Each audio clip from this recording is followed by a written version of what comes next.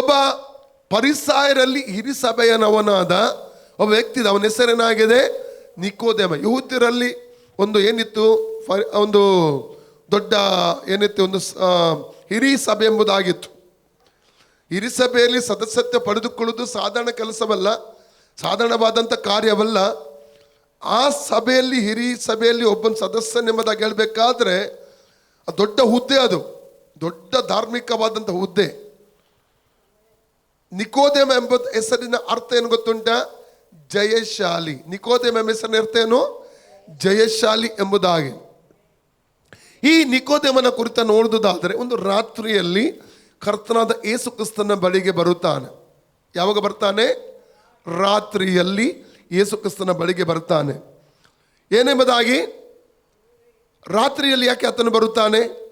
ಜನರ ಭಯ. ಯಾಕೆ? ಇವತ್ತು ಕೂಡ ಕೆಲವರು ಪ್ರಾರ್ಥನಾ ಕೂಟಕ್ಕೆ ಬರಲಿಕ್ಕೆ ಆಸೆ ಇದೆ, ಅದ್ಭುತ ಪಡ್ಕೊಳ್ಳಿಕ್ಕೆ ಆಸೆ ಇದೆ, ಬಿಡುಗಡೆ ಆಗಲಿಕ್ಕೆ ಆಸೆ ಇದೆ. ಆದರೆ ಜನರು ನೋಡಬಾರದು. ಜನ ನೋಡಿದ್ರೆ ಏನಾಗ್ತದೆ? ಬಹಿಷ್ಕಾರ ಆಗ್ತಾರೆ. ಜನ ನೋಡಿದ್ರೆ ಏನು ಮಾಡ್ತಾರೆ? ಅವರ ಸಂಬಂಧವನ್ನು ಮುರಿತಾರೆ. ಅಷ್ಟು ಭಯ.